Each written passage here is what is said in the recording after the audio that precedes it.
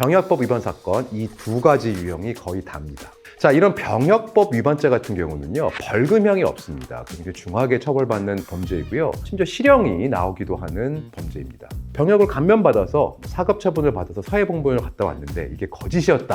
다시 군대를 가야 됩니다.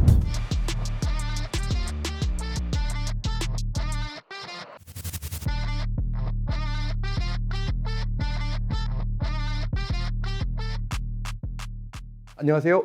군필 변호사 김유던 변호사입니다. 이번 영상에서는 병역법 위반의 대표적 유형 두 가지를 좀 알아보고자 합니다. 그 하나는요, 국외여행 허가 의무를 위반한 건, 두 번째는요, 병역 기피죄입니다. 자, 이렇게 병역법 사건은 좀 특수한 사건입니다. 그래서 보통의 경찰이 수사하는 것이 아니라요, 병무청에 보면 특별사법경찰관이 있습니다. 그래서 병문청 소속으로 아예 수사관들이 배속되어 있고요. 이분들이 이 병역법 위반 사건에 대해서 전문성을 가지고 비교적 매우 철저하게 수사를 진행하는 것이 일반적이고요. 그래서 이런 병역법 위반 사건이 일어났을 경우에는 이런 일반적인 수사 절차를 고려해서 잘 대응을 해야 됩니다. 자, 첫 번째, 국외여행 허가 의무 위반건에 대해서 알아보고자 합니다. 병역 의무가 있는 사람은요, 해외 체류를 할 때 24세까지는 자유롭게 국외여행을 갈 수 있습니다. 하지만 25세가 되는 해에 1월 15일까지는 국외여행 허가를 받고 해외에 나가야 됩니다.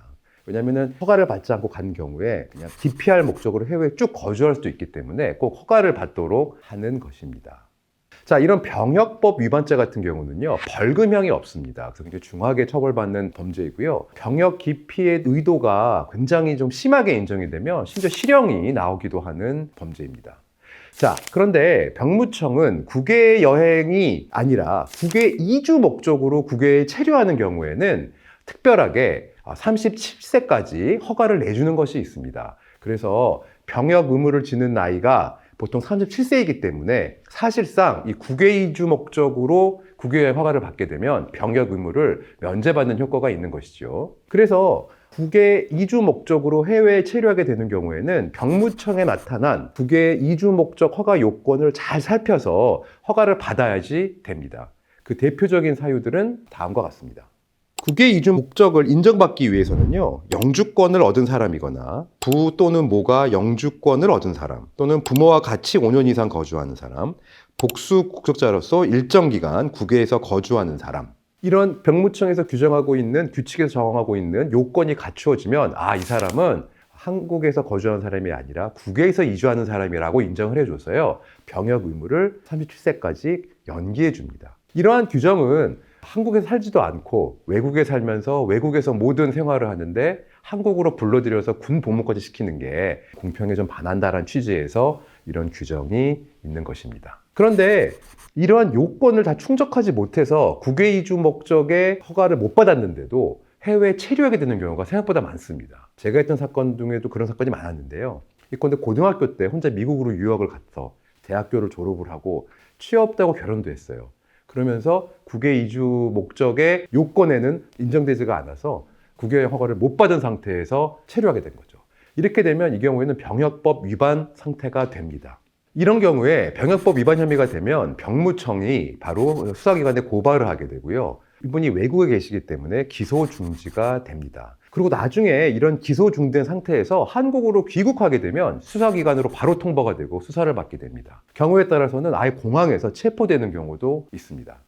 자, 이렇게 국외여행 허가 의무를 위반해가지고 수사를 받게 되면 사실상 그 혐의를 무죄나 무혐의로 바꾸기는 어렵고요. 사실이 있기 때문에 이런 경우에는 집행유예를 잘 받아서 병역법 위반 상태를 해소하는 형사 절차를 진행하는 것이 매우 중요합니다. 사실상 외국에 이주 목적으로 가서 허가를 못 받았다가 어떠한 이유로 돌아오게 돼서 책임지는 경우에 일반적으로 잘 변론을 하면 실형까지는 안 살고 집행유예를 내리는 경우가 많습니다. 다음 대표적인 병역법 위반 사안은 병역 기피죄 또는 병역 면탈죄입니다. 자, 우리 병역법 제86조를 보면요, 병역 의무를 기피하거나 감면받으려고 거짓된 행위를 하는 경우에는 1년 이상 또는 5년 이하의 징역에 처하도록 규정하고 있습니다. 대표적인 예가 이런 거예요. 막 억지로 살을 찌운다거나 살을 뺀 경우, 또는 없는 정신병을 있는 것처럼 막 연기를 하는 경우. 최근에 이런 일이 많았는데요.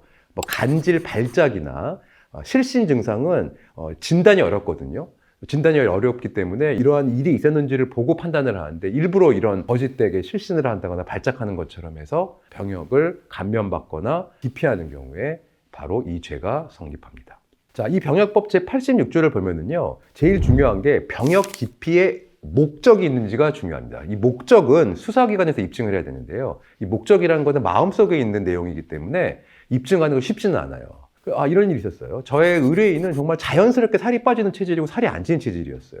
체중이 너무 낮았기 때문에 군대를 면제받았는데 이분이 이거를 막 자랑한 거예요, 친구들한테. 그러니까 그걸 보고 배 아프던 친구가 신고를 한 겁니다. 그리고 수사를 받게 됐는데요. 이런 걸 막 자랑하고 하는 거에 바람직한 건 아니었고, 이 사람이 이렇게 자랑한 걸로 봐서 기피의 목적이 있었던 거 아니야? 라고 생각하고 수사를 받았지만 그런 목적이 없었음을 여러 정황으로 잘 설명을 해서 다행히 무혐의 처분을 받은 사실이 있습니다. 그래서 이렇게 병역법 위반 사건으로 수사를 받게 되면 인스타그램이나 카톡, 메일, 주고받았던 대화 내용, 주변 사람들한테 뭐라고 했는지들을 다 조사하기 때문에 이런 것들에 잘 대응을 해야 됩니다. 자, 이렇게 병역법 위반 사건으로 한번 죄가 인정이 되는 경우에는요, 당사자에게 돌아가는 불이익이 너무 큽니다. 병역을 감면받아서 사급 처분을 받아서 사회복무원을 갔다 왔는데 이게 거짓이었다, 거짓으로 사과를 받았다라고 하면 다시 군대를 가야 됩니다. 이런 절박한 상황에 처해질 수도 있으니 병역법 위반으로 수사를 받게 되면은 전문가의 조언을 받아서 정말 잘 대응을 해야 됩니다.